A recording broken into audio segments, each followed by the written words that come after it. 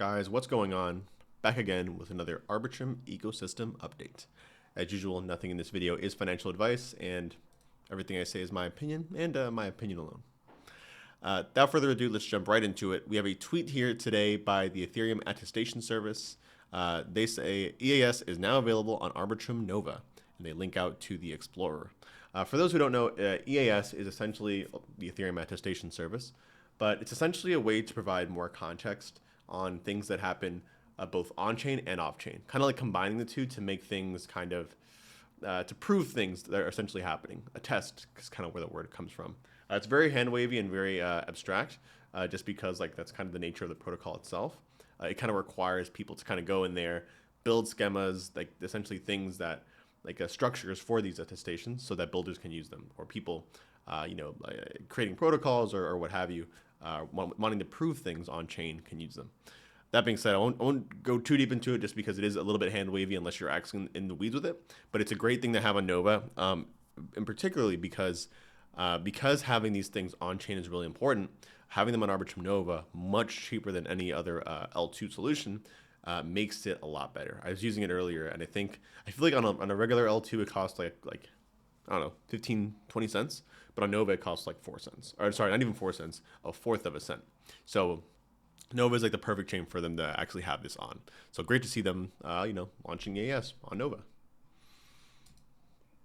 We have a tweet here today by EigenDA. They say, big news, EigenDA now works with Arbitrum Orbit. Thanks to AltLayer's fork of Arbitrum Nitro, rollup teams can now use EigenDA to scale Orbit chains far beyond the Ethereum block size limit without sacrificing decentralization. In this case, just for TLDR, EigenDA, you can kind of look at it as an alternative to posting batches.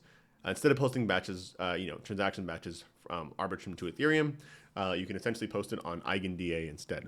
It's kind of like another chain to post information on. Obviously, you can kind of argue back and forth on like what's more secure, what's more decentralized. Ethereum at the end of the day is going to be both, but you get the benefit of having much lower costs when you use an alternative, settlement layer. In this case, they're saying that it actually increases the ceiling on a total rollup throughput by 50x, as well as saves users fees. They don't actually provide an actual number on how much fees that they would save, but they do save millions of dollars, probably, potentially. But that being said, very exciting. I've been saying it for a while now, but the more integration layers, no pun intended, that Orbit has, the better. So to me, it's like, is every team going to use EigenDA? Probably not. But the point is that it's available and it's usable by those who do value it and do want to actually use it. And there are going to be a lot of teams that do, that have it for their own particular use case. Probably the ones that happen to be more gaming or kind of a social, or like, just it's sensitive to fees, essentially sensitive to high fees. And there's going to be a lot of apps that are going to really be looking at that, probably in the short-term future. I wouldn't be surprised if 2025, we see more and more dApps kind of leaning towards the side of less fees and more user onboarding, just because even in the bull run, we're going to see very, very high fees, I think, comparatively to like on these different layer twos. It just kind of is what it is, when you are using Ethereum as a settlement layer. We have a tweet by myself. Look at that. I'm saying here, saying X technology is the endgame is grift level 99. How long do we have to wait to see if it's true? 5 years, 10 years, 100 years? Rest assured, Arbitrum Tech will scale Ethereum today, provably, and will continue to do so until that endgame comes. And this is in reference to the endgame being considered ZK rollup technology, or ZK technology generally speaking. It's a bit of a shame because like I get the excitement behind ZK technology. It's kind of like this magic bullet for everything scaling related. The problem is that you kind of just start to like when everyone starts to believe this narrative that has not taken shape yet at all in all reality, like you just have people completely like skipping over like technology that works today and is incredibly scalable today. Arbitrum technology in this case is a great example, right? You don't know how many times I've spoken to people who are just like, yeah, ZK technology is the win. That's all I'm focusing on. And like you ask them why that is, and they just like, okay, well, Vitalik said so. And it's like you can't. The problem is that you can't even argue with that. That's the problem, So, I'm all for being excited for ZK technology. I'm sure it'll be great, in the coming years.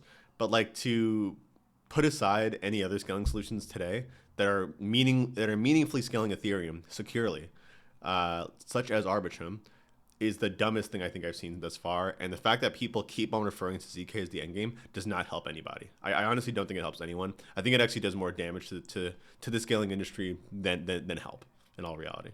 That's just me. Maybe it's a hot take. Fight me, whatever. Okay, moving on to more real life stuff, actually. There's actually an event happening in New York City this coming week. I think it should be on February 6th. But essentially, it's being thrown by Emmanuel, and he says, join us next week for the first session of Arena, a new series of tech workshops and meetups that focus on blockchain tech in New York City. We'll be exploring the Arbitrum tech stack with a special guest from Offchain Labs and the Arbitrum DAO. RSV info is below. And in this case, yeah, the event details is February 6th, 6 to 9 at Station 3 NYC. Very, very exciting stuff. I'm actually really looking forward to going there myself. So if you're in New York City, make sure to stop by. And there's actually another event here. And this one is actually by Klaus. It's actually called Arbitrum GovHack, ETH Denver. It's taking place, obviously, in Denver, Colorado, from February 26th to the 28th.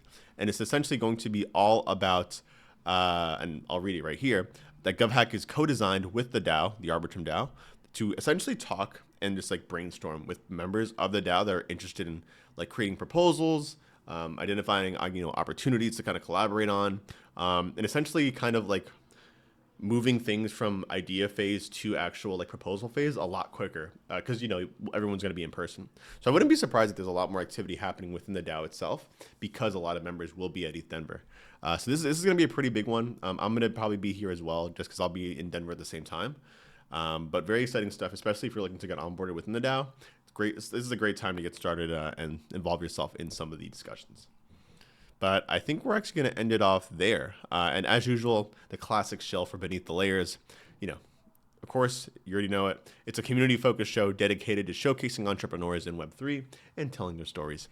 It's a podcast that your boy hosts, and I tend to have a whole slew of different guests here, technical in nature, some relating to gaming, some related to economics. It's a bunch. It's interesting stuff. A small brain like myself. It's nice to absorb information from these very, very smart people, entrepreneurs in particular, and learn more about their take on what they're doing and the crypto industry as a whole. But that being said, as usual, guys, appreciate you for watching, and I'll catch you guys on the next one. Peace out.